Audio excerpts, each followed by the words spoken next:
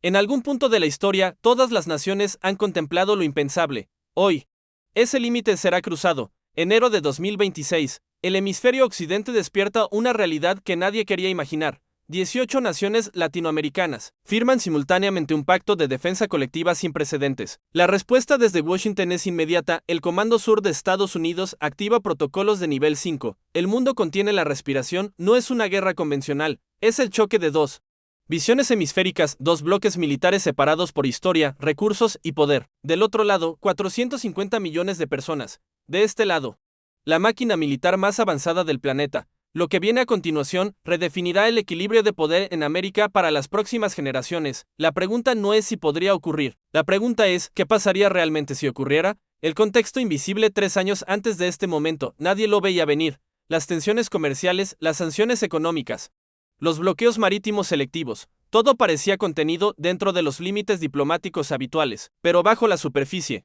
Algo cambiaba. Brasil reforzaba silenciosamente sus capacidades de defensa aérea. Argentina modernizaba su flota submarina con tecnología europea. México incrementaba en un 300% su inversión en ciberdefensa. Colombia expandía sus bases militares en el Pacífico. Chile fortalecía sus sistemas antiaéreos en la costa. Cada movimiento, aislado, parecía defensivo. Juntos, dibujaban un patrón. El Pentágono lo detectó tarde, demasiado tarde. En febrero de 2025, una cumbre extraordinaria en Buenos Aires reunió a 18 jefes de Estado latinoamericanos, sin prensa, sin declaraciones oficiales. Cuando terminó, cada líder regresó a su país con un documento idéntico, 120 páginas de doctrina militar conjunta.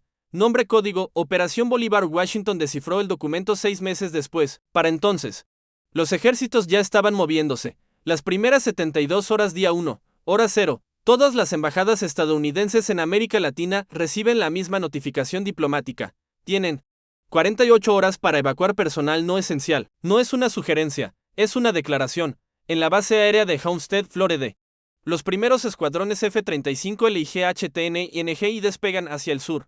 Destino, establecer superioridad aérea sobre el Caribe. Simultáneamente, el portaaviones USS Gerald R. Ford zarpa de Norfolk con un grupo de batalla completo. 9 buques de guerra, 2 submarinos nucleares de ataque, 65 aeronaves embarcadas, velocidad de crucero, 30 nudos hacia el estrecho de Florida. Desde el Comando Sur en Miami, el general al mando activa el plan de contingencia Delta. Ese plan existe desde 1964. Nunca había sido usado, en esencia. Coordina una respuesta militar escalonada para conflictos hemisféricos de alta intensidad. Nivel 1, despliegue preventivo. Nivel 5, guerra total. Hoy están en nivel 4. Del otro lado, la respuesta es coordinada con precisión militar. Venezuela cierra el estrecho de la Tortuga. Todo tráfico comercial estadounidense. Brasil moviliza su primera división de ejército hacia la frontera con la Guayana Francesa. México declara zona de exclusión aérea sobre Baja California y el Golfo de México. Colombia activa sus baterías antiaéreas a lo largo de la costa del Pacífico. Argentina posiciona submarinos clase TR 1700 en las aguas del Atlántico Sur. Chile despliega sus sistemas de misiles Mistral en Punta Arenas. Cada movimiento calculado, cada posición estratégica. Agora 36. Los primeros drones de reconocimiento estadounidenses MQ-9 Ripe cruzan el espacio aéreo panameño. Son detectados de inmediato. Panamá activa sus defensas tierra-aire adquiridas a Israel. 3 drones son derribados. Los otros 6 transmiten coordenadas precisas antes de retirarse. Comienza el juego del gato y el ratón. Washington enfrenta un dilema estratégico sin precedentes. El enemigo no es un país, es un continente. No hay un frente, hay 18 frentes simultáneos. No hay una capital que tomar. Hay cientos de objetivos dispersos en 20 millones de kilómetros cuadrados. El factor humano, las cifras son brutales. Estados Unidos cuenta con 1.400.000 efectivos en servicio activo. Latinoamérica suma colectivamente 1.800.000 soldados profesionales. Pero los números no cuentan toda la historia. Estados Unidos despliega 11 portaaviones. Latinoamérica, uno solo, el brasileño São Paulo, actualmente en mantenimiento. Estados Unidos opera 136 submarinos nucleares. Latinoamérica, 9 submarinos convencionales. Estados Unidos posee 13.600 aeronaves militares. Latinoamérica, 2.400. Pero Latinoamérica tiene geografía. El Canal de Panamá, el Estrecho de Magallanes, la selva amazónica, los Andes. Millones de kilómetros cuadrados de terreno donde la tecnología pierde ventaja y la guerra se vuelve personal, cercana. Impredecibles. Día 2. El Pentágono presenta al presidente 3 escenarios de conflicto. Escenario alfa, bloqueo naval y aéreo completo del hemisferio sur. Duración estimada, 18 meses. Costo, 300.000 millones de dólares. Bajas proyectadas, 22.000 estadounidenses. 180.000 latinoamericanos. Escenario: 20. Campaña de ataques selectivos contra infraestructura militar crítica. Duración: 6 meses. Costo: 90.000 millones. Bajas: 8.000 estadounidenses. 70.000 latinoamericanos. Escenario Omega: invasión terrestre limitada de objetivos estratégicos clave.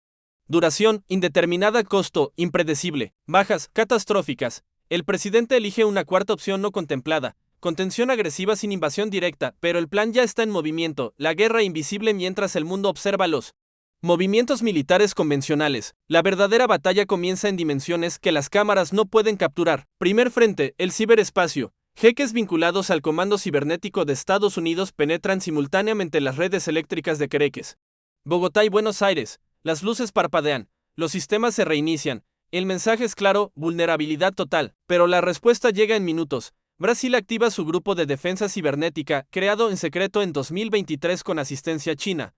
Los contraataques alcanzan infraestructura crítica en Texas, California y Florida. Refinerías se detienen por protocolo de seguridad. Sistemas de distribución de agua reportan anomalías. Nada colapsa completamente. Pero el mensaje rebota: ellos también pueden golpear. Segundo frente: el espacio. Satélites de reconocimiento estadounidenses sobre América Latina comienzan a reportar interferencias. No son derribados, pero sus señales se degradan. Argentina ha desplegado sistemas de guerra electrónica móviles en la Patagonia. México activa yemes de alta potencia en Sonora. La niebla digital desciende sobre el continente de Estados Unidos. Responde reposicionando 3 satélites militares desde órbitas asiáticas. La NSA redirige recursos de escucha global hacia el hemisferio occidente. Cada llamada, cada correo, cada transmisión militar latinoamericana es interceptada, analizada, catalogada. Tercer frente: la propaganda. Redes sociales se inundan con narrativas contrapuestas. Desde Miami, operaciones psicológicas estadounidenses difunden mensajes de desmoralización hacia poblaciones latinoamericanas.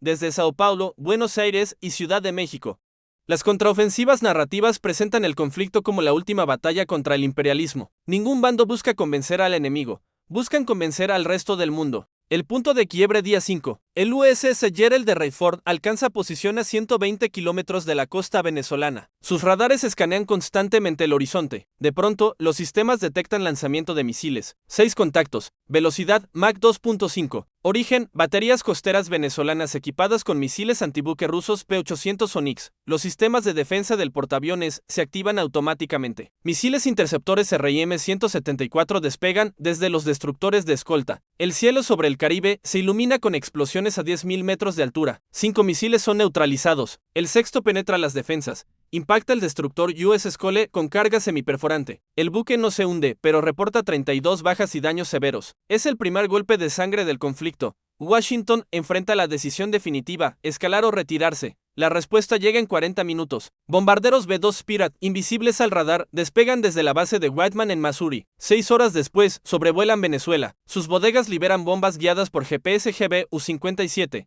Objetivo: los complejos de lanzamiento de misiles en la costa. Las explosiones son quirúrgicas. 17 posiciones son destruidas simultáneamente. Pero Venezuela ya movió el resto. Brasil declara que cualquier ataque adicional sobre territorio venezolano será considerado agresión contra toda la alianza. México cierra completamente su espacio aéreo a vuelos estadounidenses. Argentina anuncia que sus submarinos tienen órdenes de atacar cualquier buque de guerra estadounidense que cruce el paralelo 35 sur. El conflicto alcanza temperatura de fusión, la dimensión económica mientras los militares combaten. Los economistas calculan: el comercio entre Estados Unidos y Latinoamérica representa 800.000 millones de dólares anuales. Ese flujo se detiene en una semana. Los puertos estadounidenses del Golfo pierden el 60% de su tráfico de contenedores. Las refinerías de Texas enfrentan escasez de petróleo pesado venezolano y mexicano. Los precios de combustible en Estados Unidos suben 40% en 10 días. Las cadenas de suministro de componentes manufacturados en México colapsan. Detroit anuncia paros técnicos en plantas automotrices. Del otro lado, el dolor es aún mayor. Las economías latinoamericanas, dependientes de exportaciones hacia el norte, entran en recesión instantánea. El peso mexicano pierde 30% de su valor. El real brasileño cae 25%. Argentina enfrenta corridas bancarias. Chile ve evaporarse sus reservas internacionales manteniendo el conflicto. China observa y actúa. Beijing anuncia un paquete de asistencia económica de emergencia. 150.000 millones de dólares en créditos blandos para Latinoamérica. Rusia envía cargamentos de trigo y fertilizantes. Irán ofrece petróleo a precios subsidiados. El bloque latinoamericano recibe oxígeno financiero, pero el costo es claro, el hemisferio occidental ya no es dominio exclusivo de Washington. El factor nuclear día 10. El mundo se despierta con una noticia que cambia todo. Satélites de reconocimiento detectan actividad inusual en una instalación argentina en Tierra del Fuego. Análisis de imágenes sugiere preparativos para pruebas de misiles balísticos de alcance intermedio. Argentina desarrolló capacidad nuclear en secreto. Las agencias de inteligencia no tienen respuestas definitivas, pero la sola posibilidad altera todos los cálculos estratégicos. El presidente de Estados Unidos convoca reunión de emergencia del Consejo de Seguridad Nacional. La pregunta sobre la mesa es escalofriante. ¿Está el hemisferio occidental a horas de su primera confrontación nuclear? Brasil emite una declaración ambigua. Todas las naciones tienen derecho a defenderse con todos los medios disponibles. México recuerda que rechazó sus armas nucleares en los años 70, pero que las circunstancias pueden obligar a reconsiderar decisiones históricas.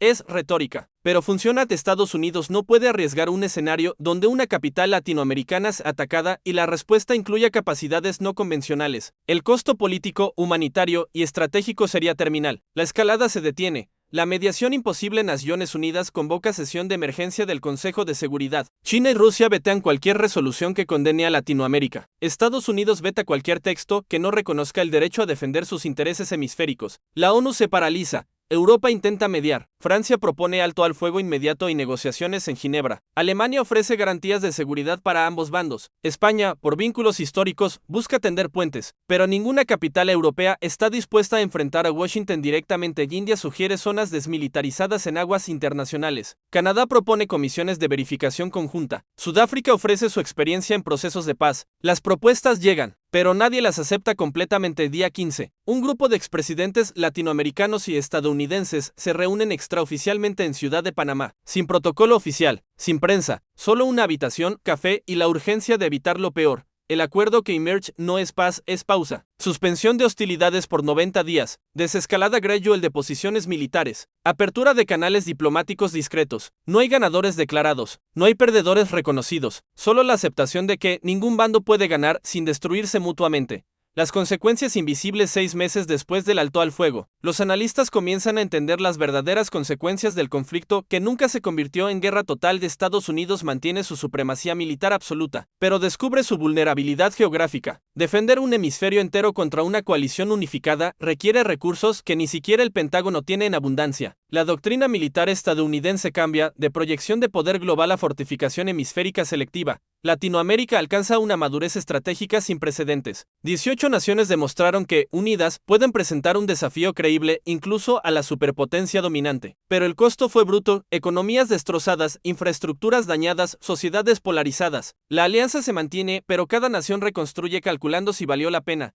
China emerge como el verdadero ganador invisible. Estableció presencia económica permanente en el hemisferio occidental sin disparar un solo tiro. Los créditos se convierten en influencia. La influencia se convierte en bases comerciales. Las bases comerciales se convierten en presencia estratégica. Rusia consolida su posición como proveedor militar alternativo. Venezuela, Nicaragua y Cuba profundizan vínculos de defensa. Los sistemas de armas rusos demostraron efectividad contra tecnología estadounidense. Moscú vende equipamiento a 10 naciones latinoamericanas en los siguientes 2 años. Europa descubre su irrelevancia estratégica en asuntos hemisféricos occidentales. Ni París ni Berlín pudieron influir decisivamente. La era del Atlántico como eje de poder global entra en declive terminal.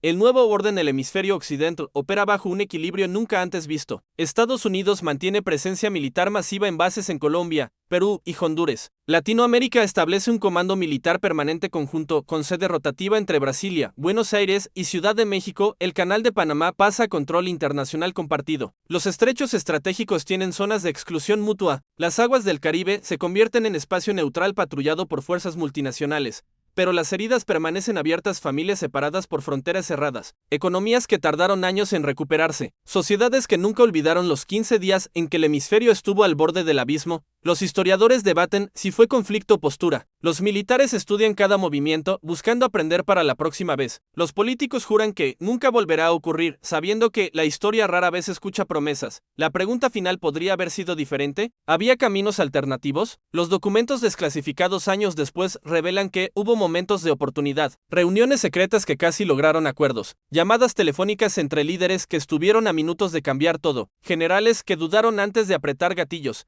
pero también revelan lo inevitable, la tensión acumulada durante décadas, las inequidades económicas nunca resueltas, las heridas históricas nunca sanadas, la percepción de amenaza mutua que creció hasta volverse insostenible. Estados Unidos y Latinoamérica son vecinos permanentes separados por geografía, historia y poder. Ese es un hecho inmutable. Lo que ocurrió en 2026 fue el recordatorio bruto de que incluso los vecinos pueden llegar a conflictos existenciales cuando las percepciones de seguridad colapsan. Hoy, el hemisferio respira, pero la pregunta permanece suspendida sobre cada cumbre, cada tratado, cada movimiento militar. ¿Podría volver a ocurrir? Los satélites siguen vigilando, los submarinos patrullan en silencio, las bases permanecen activas, los planes de contingencia se actualizan constantemente. Nadie quiere admitirlo, pero todos lo saben, la próxima crisis hemisférica no es una posibilidad remota, es una certeza estadística. La única variable es cuándo, y si la próxima vez, alguien podrá detenerla antes de que sea demasiado tarde.